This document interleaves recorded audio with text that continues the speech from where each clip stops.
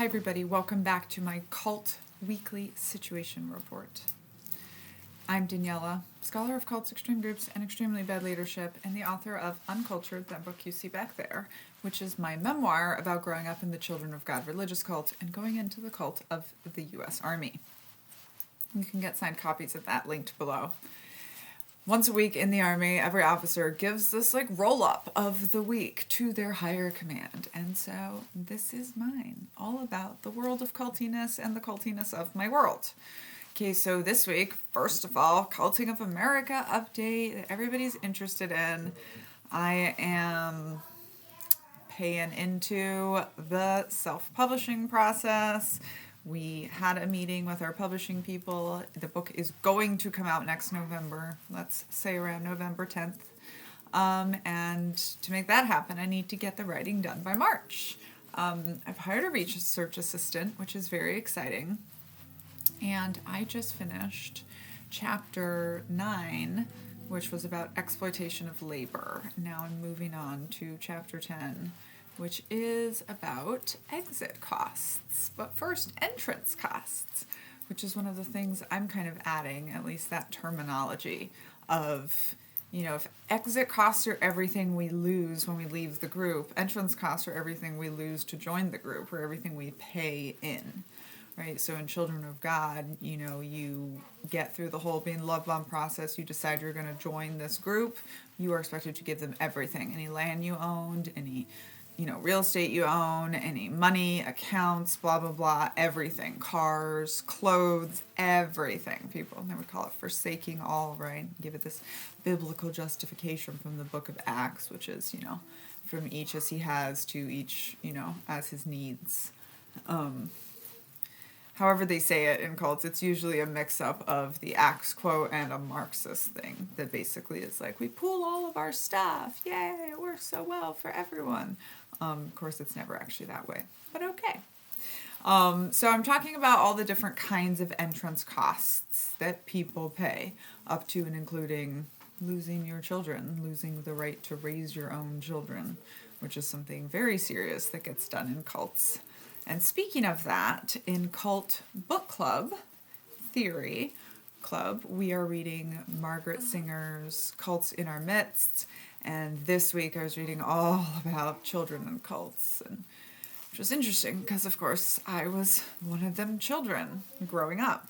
And just all these different things about how important it is to kind of control the children, because children can't be brainwashed per se in the same way that adults do, because you have to rationalize yourself past rationalization. What happens to children when they are separated from the world and given only one way of thinking, that's sort of how I grew up with in the Children of God, is called mind rape. Very serious but very different thing. At some point, organizations realize they have to break the teenagers and young adults, and this is part of where the troubled teen industry comes from, in my opinion. So anyway, a lot of different kinds of entrance costs, right? Sometimes you got to give up your spouse. You definitely are giving up your autonomy. They're just not presenting it that way. So we're going to talk all about entrance costs and then all about exit costs, of course, on the other end. And one of the things about exit costs is you don't really get your entrance costs back a lot of times. The one thing that you sometimes get back when you leave your cults is your family and friends that you have given up in order to be part of that. Right? And that was an interesting thing this week leading into Thanksgiving. So I gave some tips on Thanksgiving, which was 3 things. One was you can just kind of be disengaged. You can just smile and nod. 2, you can not argue, but just ask questions, was this great tip a leadership professor taught me. You never have to argue with anyone. You can just ask better questions. And 3 was just dissociation as a tool. Right, and you can use it if you need to in these situations. And chanting to yourself can be something helpful. I taught people this little chant that we do in the military. It's here we go again, here we go again, same old stuff again, same old stuff again. Go marching down the avenue, marching down the avenue. You know me and I know you, you know me and I know you. And all that to say, My biggest recommendation for this holiday was like nobody's winning a fight with cult survivors or cult members right now, right? They've just had their successful apocalypse. They feel they are winning. I feel there's a lot of cracks already beginning to show, and hopefully I'll remember to talk about that at the end. But they feel they're winning, right? So you're not going to convince them right now. This is not the crack in the brainwashing we had hoped we were going to see at a massive scale if he lost the election, right? So my advice is let them be the ones that have to break off the relationships with you, right? You don't have to go around for the holidays. But you can just know that this is not necessarily the time that you are going to have these big breakthrough conversations. And I think right now is a good time for the 48% of us white women that didn't vote for Donald Trump to be assessing our friends and our family and who are we interested in trying to maybe get through to in these situations, and who are we just going to wait around to see if the brainwashing comes. But during that time, we can also be learning how to tell it better, right? Learning what were the things for us from waking up out of our cults, and specifically cult of white supremacy that we have all sort of been cultured in, whether we realize it or not, right? What was it that made you not want to vote for him and understand kind of everything that is going on? Because when the crack in the brainwashing comes, the best people to get someone out of a cult is that ex-cult member, right? But on that note, a lot of people ask me, how do we get people out of cults? And the answer is nobody knows, right? If I knew, I would be very wealthy. It's really hard to crack aforementioned adults' brainwashing because we all buy into our own indoctrination, right?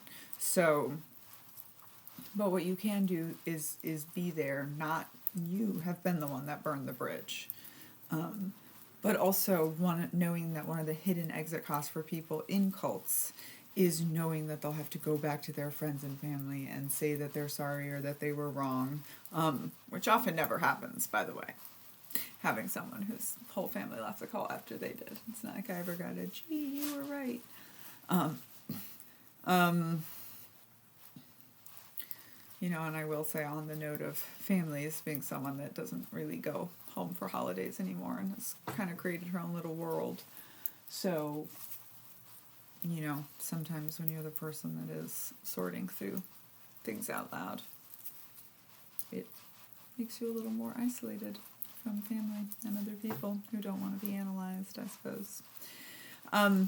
Anyway, so I went live with a ex-Mormon creator named Jenny, and that was a really interesting conversation this week. And we were talking all about, speaking of going home, just the process of leaving high demand religion. And, she had grown up in LDS and Mormon church, right? And was, 44 years old, or 44 years in the church, and, had all these kids even though she didn't want them, and then was the process of leaving and the exit costs of all that. But a lot of it was her just being I don't know why I played into all that. I don't know why I went along with it.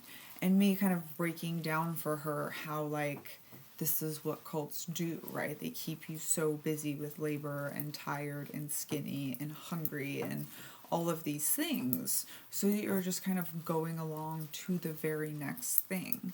And everyone in cults is keeping sort of the lie of the cult going, right? There's always this beautiful image that is sort of presented to you, right? If you do life perfectly and work hard enough, you will get this. And it's really easy to see how in Mormonism, right, all of these women are playing into this.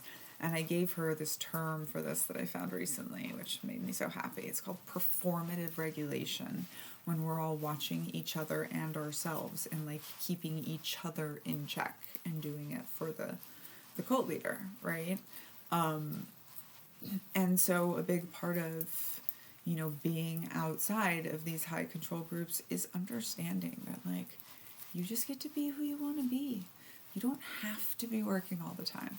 You don't have to be cleaning your house any other time you're not doing anything else. You're allowed to have hobbies and be idle and dress however you want and all of these different kinds of things, right? Being an adult. and so many of us, even if we haven't been specifically in a high control environment, get this feeling from the culture of like you're supposed to fit in. And sometimes I think it's especially important for those of us from high control environments to like spend some time just figuring out who we are, who we want to be, because we didn't get to do that growing up inside of these high control environments.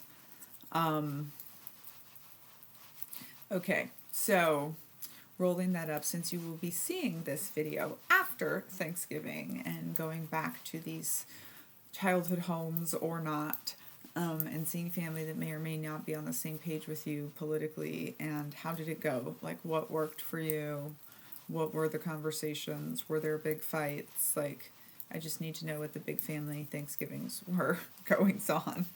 And what questions do you still have? I'm going to try to do a session that will definitely be like a live thing, but maybe I will live stream it on YouTube as well so that that video is captured before Christmas and talk about, you know, some tips on how to survive, how to get through the holidays, and like what the important things about cult members are to know right now. So stay tuned for that. We've been talking a lot about language in cults in all these different ways. But one of the things, I think it was this video I posted about Scientology, but it wasn't about the Scientology specifically. It's more about religion, right? And people thinking that like religion ties to cults. And it's one of these most common things I hear anytime I talk about a cult, especially if I'm on like a written medium like Threads or Blue Sky, which I'm on Blue Sky now, by the way. Come check me out at Knitting Cult Lady. And people always just be like, oh, religion is a cult. Religion is a cult. All religion is a cult. And it's like, okay, this is exhausting. Okay, so cults are groups. It's the one thing we all agree on. It is a group which, and then I have like my 10 things, right? But like, it has to be a group. It cannot be an ideology. A religion is an ideology, right? It is an idea. It is a story, though you might think it is true. It is a worldview. Cults give you a worldview. That's number 2 on my 10-part list. But it's never, and almost every cult expert has said this in one way or the other, it's never about the belief. It's never the belief that makes you the cult. It's your actions. It's the actions of the group. If they are manipulative and coercive, then it's a cult, right? Like, this is ultimately what I think we're trying to describe when we say the word cult. We're trying to describe when an individual has come under coercive control. So anyway, all of that to say, I don't remember where I was going with that, so I'm just going to keep going based on my notes. But yeah, so we've moved on from the language chapter, but these conversations about languages are cult language is still always going to be ongoing. And that also then gives me the update for Culting Up America, right? So right now we're going to be talking about exit costs, hopefully for just like the next 1 or 2 weeks as we go into the holidays, all thinking about that. Like, what are the things you feel like your family members who are in Cult 45, Cult of MAGA, have given up to pay into that, or have you have lost by not being in that group, especially maybe if you were someone who used to kind of be in the in group and now are finding yourself on the out group of your MAGA family. If you have comments on that, statements you want to make, because this is just right now the thing that I'm working on, and I always feel like I'm in conversation with all of you as I'm writing this book, and hopefully it's the best book ever. So that's the update. It'll be out next year in time for the holidays. Sorry that it is such a long process, but hey, we didn't know we were going to be doing this in the time of Donald Trump II. So here we go. It's an interesting time to be an expert on the bad guy. Many of you asked me if I'd seen the Nick Crowley video on YouTube where he's talking about this crazy puppet show that the Children of God have, which is the cult that I grew up in, so of course I know all about it. There was this puppet show. I think maybe my stepfather was part of making the actual puppets. Anyways, if he didn't make those ones, he made a bunch of other ones. But there was this like Muppets wannabe show, but it was all about the effed up, founder of the Children of God and his children and all the craziness in that belief system. And the video, I didn't watch the whole thing because it's just traumatizing to me and I don't want to. But people were asking me because I did a video about how I'm in the video. And people were like, oh, how did you know that? And I was like, well, it's a video that's all about the Children of God's film program. And this is what we really were, right? Everyone gets distracted because the beliefs about sex and everything were so heinous. But, like, the Children of God was a, transnational criminal syndicate of exploitation of children in the form of making childhood entertainment products and services. So children as singers and performers, and then making those into videos and tapes and everything else and distributing those all over the world. And what's interesting sometimes is I forget that people outside of our group have seen some of these videos, even though we've sold millions of them all over the world. So of course people have seen them. Anyways, I've shared my End Time Rap video before. If not, check it out on here, where it's like me and 5 other white kids rapping Apocalypse Bible verses in downtown Rio. And there's 2 other images that he uses in the Nick Crowley video that are me. One is there's a guy sitting around in a green shirt with a guitar, and then there's all these kids around the floor. That is Uncle Zephaniah, who you read about in Uncultured, linked below. And this was the thing we did called Inspiration Time with Uncle Zeb. And, yeah, this was the thing I was a child actor in. And then the other one is of me even younger, and I want like a 2-year-old in this, it was this video all about homeschooling that was made called Teach Me Time. So yeah, I talked about how, as ever, sometimes when I feel really tired and I'm judging myself, I go look at that cover of that book, which is, me as a 2-year-old working. And I'm like, yeah, I've been working for a long time. Anyway, like I said, I scrolled through there because the odds were pretty high. I've been in enough videos that like one or more of them would have me in them. So I'm not really good at editing these long form videos. But at some point I'm going to make a more planned edited video all about child trafficking and, what it really looks like based on how they did it to us and this whole kind of genre of what I call shiny religious trafficking that cults and cult-like groups are involved in. So yeah, stay tuned for that. Right now, as far as book club goes, this was a light week, y'all, because, there was a holiday. As far as book club goes, we are reading this month in Cult Memoir Book Club. We're reading a book called Rising Out of Hatred by Eli Saslow, and it is about how these 4 individual college friends broke like the air of white nationalism from his heinous white supremacy beliefs. I really like to recommend this book to people when they're like, how do we get our loved ones out of cults? Because it shows you the slog with no dedication of it working that it takes to bring someone out of a state of brainwashing, especially if they've been programmed in that their whole life. So really good book we're reading, and of course it's about seeing like white supremacy as the cult that it is, which is what my book club or my podcast with Hey White Woman is about. With White Woman Whisperer is about. White Woman Whisperer and I have a podcast where we are deconstructing white supremacy like the cult that it is. And I just watched Wicked yesterday, which is 100% just a movie about whiteness and what it costs the world. And I can't wait to have that discussion on our podcast next Tuesday, because I hope that's what we talk about. And then in Cult Theory Book Club, we are reading, as I mentioned before, Margaret Singer's, the 3rd part of her book, which is all about after the cult, after people leave the cult. So it's a great part if you are deconstructing your own cult experience. I mean, all of this stuff that we read is basically for that.